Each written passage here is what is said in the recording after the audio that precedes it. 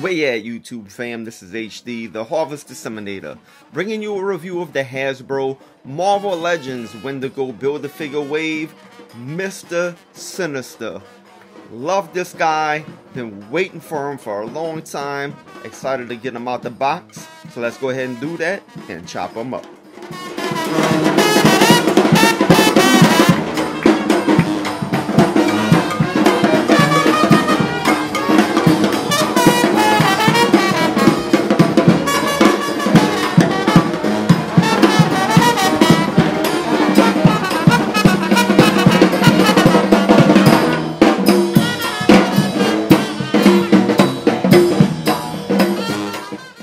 As you can see, y'all, I am more of a keep the figure in the box type of collector. When this Gambit action figure came out, that really changed my perspective on that. I started to unbox figures, examine them closely. I will be reviewing some older figures on this channel. You might be like, look, there's already 10 reviews, 15 reviews on this figure. It's for me as much as it's for you, okay? But I want to thank you for being part of my journey, subscribing to my channel and watching my reviews. I will be unboxing some older figures I just never did unbox, and I'll be able to look back at these videos and be like, look, I had it in the box at one time. So thank y'all for being part of my journey. Just wanted to point that out. But I do have two older Mr. Sinisters in my collection. I do not have the Toy Biz Marvel Legends figure to compare them to. I just did not like the head sculpt on that one, and I never did pick them up. But I do have the Marvel Universe, and of course, I have this real old 90s X-Men figure here as well. So this Sinister, you know, is important to me, the Marvel Legends one we're about to examine, just because of the role that Sinister has played in Gambit's journey. You know, even going back to X-Men number 38, that was back, I want to say like in 1994, whenever Sabretooth is in the danger room, there's a little interaction between Sabretooth and Gambit, and Sabretooth alludes, this is like 3 years before X-Men, Uncanny X-Men 350, when Gambit's secret was revealed, but Sabretooth will allude in X-Men Volume 2, number 38, about divulging this secret that's supposed to be ... Sinister. So right when I read that back in, I believe 94 it was, you know, I was like, hold on, what's this? There's something here going on with Mr. Sinister. So I started to take a more keen interest, even back then, in Mr. Sinister, because I knew somewhere down the line it would be revealed that Sinister would be a part of Gambit's journey. And sure enough, Uncanny X-Men 350, it is revealed that Gambit was a member of the Marauders. He led the Marauders down into the tunnels to find the Morlocks that led to the Mutant Massacre. And of course, it would also be revealed that Sinister did a surgery on Gambit's brain. So Gambit is an Omega level mutant. Before that surgery with his brain, he couldn't control his powers. So definitely Omega. And of course, Sinister helped him transition to a place where he could control his powers a little bit better, and that was really expounded upon in the X-Men Origins Gambit story. So let us get into the figure now. Taking a closer look at the packaging, of course you can see this is the Wendigo Build-A-Figure Wave. It is Mr. Sinister, the X-Men insignia. We have an artistic depiction of Mr. Sinister here on the side, a fuller depiction of that artwork here on the back, description of who he is. You have the entire Wendigo wave here. You have the same art on this side of the box, the X-Men insignia on top, and of course you have the barcode down here at the bottom. Now let's get him out the box and see what he can do. And right out the gate, I want to say that the body sculpt, the head sculpt, is phenomenal on this Sinister action figure. He captures the essence of the mad genetic scientist Nathaniel Essex. Really happy to have this guy in my collection. Let's take a closer look at this cape, the body sculpt, but first let us take a look at his accessories. And here are Mr. Sinister's accessories. He comes with absolutely nothing. And this is kind of a letdown with the figure. There are no accessories. All he came with was the Build-A-Figure piece. He comes with Wendigo's right arm. I'll take a closer look at this when we build the figure in a future video. I guess we're about 4 videos out now, 5 videos out from that happening. So, yeah, he comes with no accessories. And the thing is, if you buy this Sinister at GameStop, which is what I did, as a collector, as an action figure hunter, what I've learned was, if you see the figure, buy him right there on the spot, because you just may never see him again. And but he has popped up at Walmart. I've seen him at Walmart, but I got him at GameStop. That means that I paid, you know, with tax, $25. You know, at GameStop they are $23, whereas at Walmart, at least at my Walmart, they're $19. Legends. And so, you know, I'm paying like $5 extra for this figure. I don't know why GameStop is allowed to charge more for the Legends figures. Somebody let me know in the comments below. But they do charge more. I paid more for the figure, and he just came with no extra hands, no extra head sculpt or anything really. So, so that is that's kind of a letdown. I'm kind of upset about that, but it is what it is. Let us take a look at the body sculpt of the figure. Taking a closer look at the head sculpt and at the body sculpt, right out the gate, the guy looks absolutely phenomenal. In terms of head sculpt, the Toy Biz head sculpt, in my opinion, can't keep up with this one. I mean, this is just absolutely striking, absolutely phenomenal. I love the smile that he has. If you look at his teeth here, you know, the paint job isn't 100%. There is some like blue notches in his teeth that you can see. I could live with that. Just wish it was better. But, you know, it is what it is. Man, even the hair going around his ear, that clean hairline, that's super nice. You know, they sculpted, this isn't just paint. They sculpted the diamond here in his forehead. The flat top is on point. Just everything about this face sculpt makes me happy. The red eyes, with the black going around them, his eyebrows, you know, his chin, just everything about this head sculpt is 100%. The body sculpt on this guy is also real nice. They captured his costume very well. You have these shoulder blades here as part of his costume. The cape that is taller than his head. I even like these crevices that they captured here with the collar of his cape.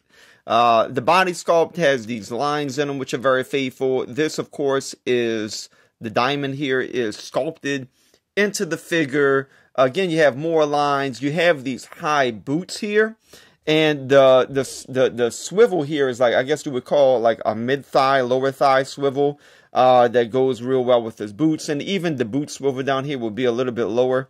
They captured it down here, but even his cuff here on his boots is faithful to the comic book depiction of Mr. Sinister. So really happy with the body sculpt and everything that they captured here with it. Here we're taking a look at the back of the figure here. So all of the line sculpting, real nice, very faithful. In terms of his size, very faithful. Again, we'll look at that when we scale the action figures to others.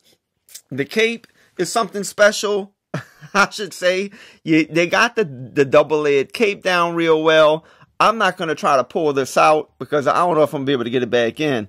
And I don't plan on buying a second figure. So, but the cape itself, you have this blue at the exterior. And then you have this red with kind of like a bluish kind of tone to it at some parts. Maybe that was just manufacturing, but I like it. You know, they sprayed a little bit of blue on the cape right there. I don't know if I can capture that with the lighting. So, you know, that's real nice. And then the lower cape has the same phenomenon. So just real well. I love the double layered cape. Does it make him a little top heavy? Yeah, it does. But you know what? I mean, I had the guy spinning on the display earlier. I have him standing up here right now. So you can get the guy to stand and you could achieve some pretty cool posing. And in terms of posing, let us take a look at his articulation. Due to his tall Count Dracula type collar here, you can only get his head to go up that high. So he can look up. You can make it appear. I love that smile on his face. Just absolutely evil. You can make it look as though he is looking up. So that's good. He can look way, way down. which is nice. Now, with arm articulation, you do have his shoulder blades here, so you can only get them, like, that's pretty decently high for a Marvel Legends figure, but in terms of 360, you're not going to be able to achieve that. You know, you're going to have to bring us out onto the side. If you want to raise his arm, you're going to have to do it like that, okay? In terms of your posing and action figure photography. These are double jointed elbows, which are real nice. Of course, this guy's not going to be able to touch his face. Oh, let me see here. Somebody can touch it, so you got a good little reach right there. But you know what I would have liked to have seen? Instead of having this setup right here, I wish they would have like implemented something like we have with some of the Wolverine figures with these shoulder blades kind of pegged into the arm. Because if they would have done that, they could have achieved a butterfly joint, much like Wolverine here have. And he has this butterfly joint here, so you can get his arm much closer in, and you just move the shoulder blade over to the side. So I really would have loved to have seen this guy with butterfly joints. I think it could have worked, and it would have looked real well, and you would have had increased articulation. Granted, from what I remember in the comic books, I don't remember Sinister doing some crazy action poses, you know, but nonetheless, it'd be great to achieve some, all right? So that's his arms. You do have a swivel down here. I'm assuming that you could take that cuff off. Look at that. I took the cuff off right there. It's floating. So if you wanted to take that off, you could and just have his hand there. But I mean, the cuff looks real good. So I'm going to keep my cuff on. Not going to take it off. So let me pick that back in there. So that's his arms, okay? And of course, swivel, and both of his hands have hinges on them, so you can hinge up and down. He can get an ab crunch. You can get him to go that much forward. You can get him to go that much backward, which is not super far back, but it's okay. You can get him to go forward that much. He does have waist swivel, so you can achieve a 360 with this if you wanted to. In terms of a split, you can get him to split that far. As I mentioned when we talked about the body sculpt, he has like this mid-thigh swivel here due to his boots, which is real nice. You do have double jointed knees, which are phenomenal. You do have a swivel again here with his boot, which is, he has lower boots here, so that's fine. You can get his foot to go that far up. Oh, it came right off. Excuse my French. Let me get that back on. So you can get his foot to go that high. You can get it to go that low. You have ankle pivoting out of this world. He does have peg holes on the bottom of his feet in case you want to put him on a stand or something like that. You have issues with him standing, and that is his body articulation. And Mr. Sinister with his cape and collar is going to stand in right above 7 inches. And here's Essex scale next to Apocalypse and Sabretooth. And here he is scaled next to the Apocalypse Wave Magneto. And the only other figure that I've reviewed so far from the Wendigo Wave, we have Nightcrawler. And here he is scaled next to 2 New Orleans born superheroes. We have the Marvel Legends single jointed elbowed Gambit, and we have a single jointed no butterfly joint Monica Rambeau. And just for the heck of it, I wanted to scale these 2 Marvel Legends guys next to the Hasbro Marvel Universe 2-pack Gambit and Mr. Sinister. And in conclusion, my synopsis again, I wish he would have came with butterfly joints, pegged in those shoulder blades into his arm. That would have been nice. The only other real critique I have is that we got no accessories other than the Build-A-Figure piece, okay? And to me, you know, I believe every Legends action figure should come with at least 6 hands really. 4 hands are acceptable, but we got absolutely no accessories with this guy. So that's my biggest critique of it, okay? There's a lot of figures without butterfly joints. I wish they did have them. But, you know, no accessories at all. It's like, could have gave us something. All right, but nonetheless, I know y'all going to get this and put this in your collection because he's a must-have, and I recommend him. All right? As an action figure, he is phenomenal. The head sculpt is on point. Again, just the sculpt and even put the lines here and the hinges there. I mean, just absolutely phenomenal. I'm not having any issues standing them up. I don't know if you will. Right now, my joints are real fresh, perhaps, and they're not all loose and causing them to fall over. But overall, he's a phenomenal action figure. If you can't find them in stores, if you go to the links below in the description, go to my webpage. I will have a link set up where you could find this guy online at the best price possible. So check that out. If you're not following me on Instagram, check your boy out at Harvest Reviews. Same thing on Facebook and Twitter. Check your boy out on those social media platforms. If you haven't subscribed to my journey in reviewing my action figures, please subscribe. Hit the notification bell. Give the video a like.